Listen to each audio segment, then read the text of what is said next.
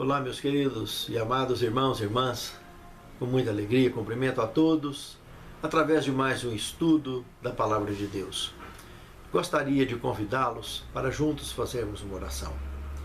Senhor Deus, te agradecemos por mais esta oportunidade de abrirmos a Tua Palavra e termos à nossa disposição esse privilégio de conhecer melhor dos Teus ensinos.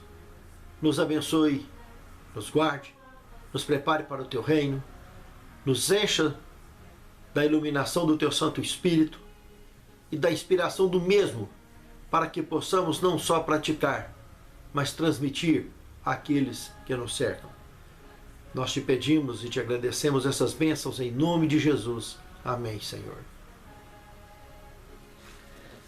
Hoje a lição 7. A crise continua. Como tema central, Jeremias capítulo 9, o verso 24. O que se gloriar, glorie-se nisto, em me conhecer e saber que eu sou o Senhor e faço misericórdia, juízo e justiça na terra. Porque destas coisas me agrado, diz o Senhor. Interessante, essa palavra gloriar, ela acontece 37 vezes na Bíblia Sagrada. Das 37, no Antigo Testamento, temos 13 vezes.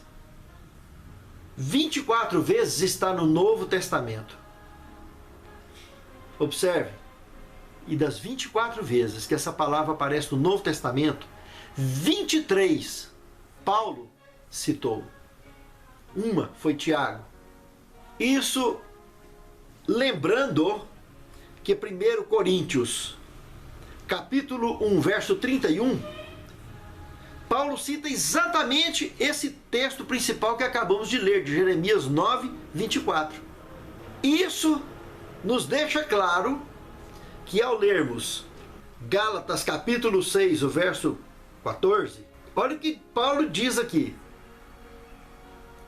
Mas longe esteja de mim gloriar-me, a não ser na cruz de nosso Senhor Jesus Cristo, pela qual o mundo está crucificado para mim e eu para o mundo. Isso mostra que Paulo aprendeu muito bem sobre essa palavra. E isso, lembrando ainda 1 Coríntios 10, 11, essas coisas lhe sobreveio como exemplo e foram escritas para advertência nossa, de nós outros, sobre quem os fins dos séculos é chegado. Olha, sem sombra de dúvida, meus amados irmãos, a vida de Jeremias, a história de Jeremias, foi uma grande inspiração para o apóstolo Paulo. E como Paulo aprendeu sobre o significado dessa palavra. Como ele aprendeu. Gloriar. Veremos durante o estudo dessa semana que a única maneira segura dessa palavra se aplicar à nossa vida, a única razão é gloriar em Cristo, o Senhor de nossas vidas. Razões para se gloriar, segundo tema. Ao analisarmos Jeremias 9, o verso 23 e o 24, nós temos aí na realidade, já direto no verso 23, três conselhos a três classes especiais: aos sábios, aos fortes e aos ricos. E esse conselho, que se trata exatamente sobre essa palavra gloriar, de não ter segurança, nem o sábio na sua sabedoria, no seu conhecimento, o forte na sua força e o rico nas suas posses. Quem depositar a confiança nisso, cairá. Do contrário, quem se gloriar em Deus, crescerá, se manterá e crescerá para a honra e a glória de Deus. O verso 24, que acabamos de ler na lição de ontem, é a única razão para nos gloriarmos, é o Senhor de nossas vidas. Terceiro tema: criatura ou criador? Ao analisarmos Jeremias capítulo 10, verso 1 ao 15, podemos sintetizar lições objetivas. Infelizmente, os sábios, os fortes e os ricos, não somente esses, mas a maioria da humanidade, vivem como zumbis ambulantes, se vangloriando no ser, no ter e no poder. Nessas três palavras. Preste atenção. Somente Deus, o Criador de todos nós, pode nos dar, nos transformar e nos capacitar em seres úteis na causa. Quarto tema: um chamado ao arrependimento. Ao lermos Jeremias 26, de 1 a 6, a lição aqui nos remonta, nos leva de volta aos dias do rei Jeoaquim. Entre o ano 609 a 598 a.C., período do reinado deste rei. No ano seguinte, ele seria levado para a Babilônia, na segunda deportação deste império ao reino de Judá. Jeoaquim é aquele rei que foi levado e passou a temporada lá em Babilônia, sendo muito bem tratado, por sinal. O que nós estudaremos agora, esses acontecimentos, um chamado para o arrependimento, estaria acontecendo exatamente há 12 anos antes da terceira invasão, que aconteceria então a terceira deportação, mas infelizmente a cidade de Jerusalém e o templo seria completamente destruído e muitos morreriam ao fio da espada. Nós estamos tratando um chamado ao arrependimento 12 anos antes de acontecer. Olha o tempo que Deus estava dando para que as pessoas se preparassem, se arrependessem e mudassem, para evitar as tragédias que se aconteceria sobre a vida daquelas pessoas e daquela cidade, daquela nação. E eu acho que isso explica muito bem o porquê que o dia e a hora da volta de Cristo nem o mortal sabe. Porque olha aqui, com 12 anos, tudo que Deus falou daqui para trás tinha acontecido à risca, inclusive um dilúvio. E nada disso adiantou. Destruição de Sodoma e Gomorra também não adiantou. Tudo que já aconteceu no passado, cumprimento profético, não adiantava nada na cabeça de quem tem o coração duro, porque o coração duro, ele é cego e surdo e mudo. Ele deixa a pessoa espiritualmente completamente deficiente, tetraplégica até na alma. E parece que com câncer ainda comendo de dentro para fora, até derreter o corpo debaixo da terra, sem solução nenhuma. Uma vida de coração duro é uma vida em vão, sem sentido. Jeremias capítulo 25, verso 5. Como eu disse, convertei-vos agora cada um do seu mau caminho. 12 anos antes, estava aqui o profeta Jeremias chamando ao apelo. Sabe, amados, todos nós já vivemos um dia, o momento da chama ardente. Aquele momento que o Espírito Santo fulmina, aquece os nossos corações. Muitos passam por isso, por muitas vezes ao longo de suas vidas, independente de sermos obedientes ou não. Mas nunca sabemos o dia que essa chama vai arder pela última vez. E isso é muito sério. Pode ser a última vez. Pode ser o último momento que essa chama arderá em nós.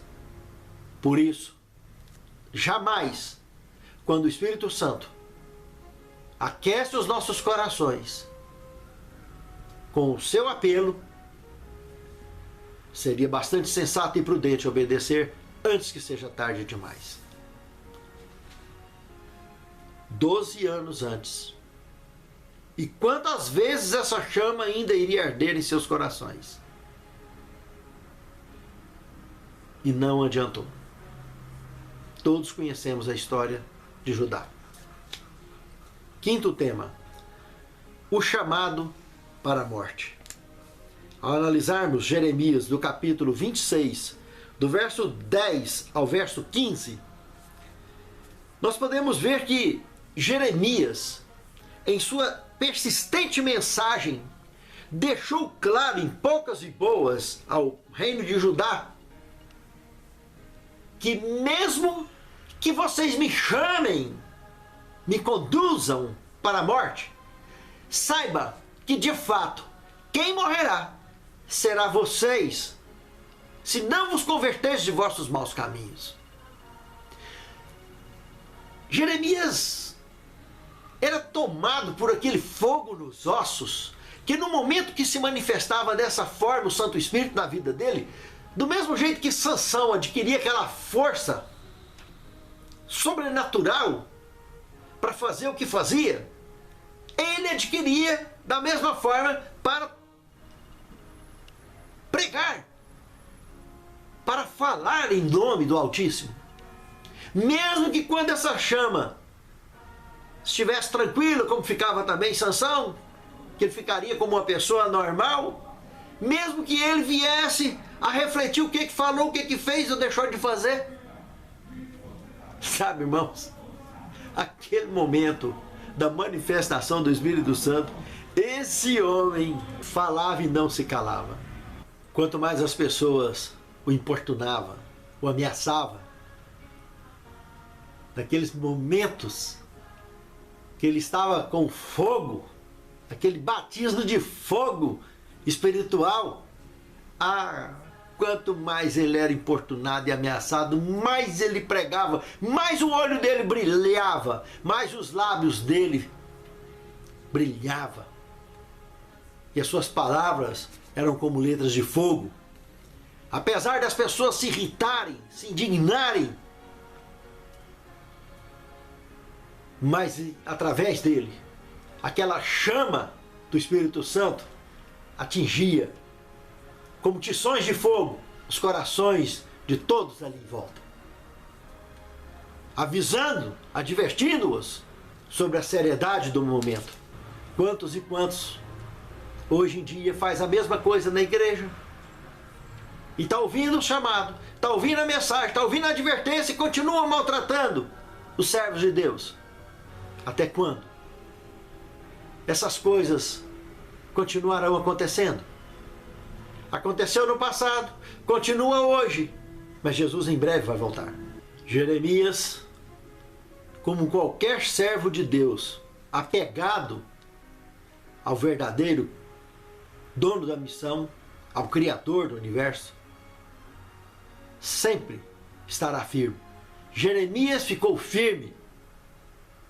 E todos os verdadeiros servos do Altíssimo, se tiverem arregimentados na palavra de Deus e conduzidos pelo Santo Espírito, também estarão firmes o tempo todo, por mais que sejam maltratados,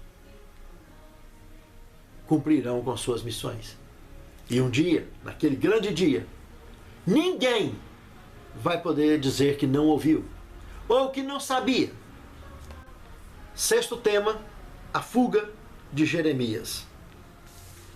Aqui nós temos um relato muito interessante. Ao estudarmos Jeremias, capítulo 26, do verso 26 ao 24, temos um momento que os líderes da igreja, presta atenção, nós não estamos falando do povão de um modo geral, não. Nós estamos falando de líderes religiosos. Pessoas que deveriam dar exemplo, pessoas que deveriam dar o primeiro passo na obediência à palavra de Deus, em cumprir a vontade de Deus, de fazer reforma no seu verdadeiro sentido em suas próprias vidas, para que isso reflita na vida da igreja. Essas pessoas, esses líderes, lançaram mão de Jeremias, o profeta, diante do povo e começaram a conduzi-lo. Líderes políticos e líderes religiosos. E com a turba, como sempre, de lisonjeiros, foi se dirigindo para promover um juízo a que se sentenciasse à morte o profeta Jeremias. E por incrível que pareça, simples anciãos do povo, pessoas que deixaram aquela chama ardente falar alto, pessoas que não se descuidavam da palavra de Deus, que daqui e dali vinha estudando e procurando, evidentemente, cumprir com o chamado. Pessoas essas que, quando no futuro próximo Jerusalém fosse sitiada para ser destruída, ou antes ainda, na segunda deportação, quando esse rei Joaquim seria levado para a Babilônia, de forma pacífica essas pessoas iriam para lá, porque entenderam o recado de Deus. Viu que a nação não tinha mais jeito, mas para eles ainda teria jeito. Vai para o cativeiro. Essas pessoas simples, quando perceberam o que seria feito a Jeremias, de imediato, tomado também por essa chama viva do Santo Espírito, eles lembraram todos aqueles que queriam fazer mal a Jeremias, o que teria acontecido há 100 anos atrás. Há 100 anos atrás, quem sabe isso já poderia ter acontecido, e não aconteceu. Nos dias do rei Ezequias, que governou entre 715 a 686, mais ou menos, antes de Cristo. Cerca de 100 anos antes. E Ezequias conseguiu, por causa da sua dedicação, das suas reformas, ele conseguiu, pela graça de Deus, protelar praticamente um século o que aconteceria agora a Judá. Josias bem que tentou, mas os demais não conseguiram promover nada. E agora, inevitavelmente, aconteceria. Mas quando esses irmãos, anciãos, tocaram no nome de Ezequias, eles estavam falando muito mais que alguma coisa. Ezequias também teve um parceiro que pregou, alguns parceiros que pregaram contra a destruição de Jerusalém, contemporâneos do rei Ezequias, como Isaías, como Oséias, como Miqueias. Aqui nesse texto bíblico, lembrando de Miqueias, que também foi ameaçado de morte e na realidade não morreu, foi poupado. Como lição, eles lembraram disso para que Jeremias também fosse poupado. E foi poupado. Mas ao lembrar de Ezequias, nós precisamos de lembrar de algo mais. Esse camarada foi um camarada tão correto, tão dedicado, tão parceiro da palavra de Deus e do Deus Altíssimo, que quando ele adoeceu severamente de morte, o próprio Isaías tinha avisado para ele que ele morreria, ele, de joelhos no chão, começou a clamar a sós com Deus. E o profeta Isaías foi orientado por Deus a retornar e avisar para ele que ele ganharia mais 15 anos de lambuja, de vida a mais. Em troca, sabe de quê? Qual seria o sinal? 10 graus de ré no relógio de Acás. Sabe o que significa esses 10 graus? 40 minutos de atraso. Observe, irmãos. Nos dias de Josué, já tinha acontecido quase um dia inteiro Esses 40 minutos é o que faltava para fechar o dia em que a Terra parou. O ciclo do dia em que marca na Bíblia Sagrada o dia em que a Terra parou. Sabe, irmãos, vale a pena. Vale a pena ouvir e obedecer o momento da chama ardente. Porque quanto mais você ouve, mais sensível você fica. Por fim, ela não precisa nem queimar. Você percebe o calor dela de longe. Só de falar na palavra, só de lembrar da palavra, você já sente o corpo todo. Aquele calor agradabilíssimo da presença do Santo Espírito. Jeremias foi poupado. Ele não foi atingido durante o seu ministério ali em Judá. Para finalizarmos, 7º tema, 3 textos e uma tese. O primeiro deles, segundo aos Coríntios 5:21, diz que Deus o fez pecado por nós. Transformou seu Filho em maldição para nos salvar. Ele morreu a morte eterna, a morte que a serpente deveria um dia morrer, para que eu e você fôssemos salvos. Como ele não tinha pecado, ele foi ressuscitado da morte eterna. O segundo texto, Mateus 27:46, aqui é como se Deus tivesse virado as costas para Cristo, no momento em que ele clama: Deus meu, por que me desamparastes? Que fecha a tese, o amor de Deus. Nisto conhecemos o amor que Cristo deu a sua vida por nós. Meus amados, que possamos compreender o máximo possível, pela graça de Deus, do significado desta palavra, o amor de Deus por mim e por ti. Santo Deus, permita-nos, Senhor, a compreensão plena do significado desta palavra em nossas vidas, em nossas escolhas e em nossa conduta. Santifica-nos em Tua palavra, porque a Tua palavra é a verdade. Capacita-nos, segundo a Tua vontade, a Tua sabedoria e o Teu chamado, para que possamos andar retamente em Teus caminhos, cumprindo com a Tua vontade. Abençoe a nós e os nossos lares representados, conta-nos entre os salvos, te suplicamos agradecidos, com o perdão de nossos pecados, em nome de Jesus. Amém.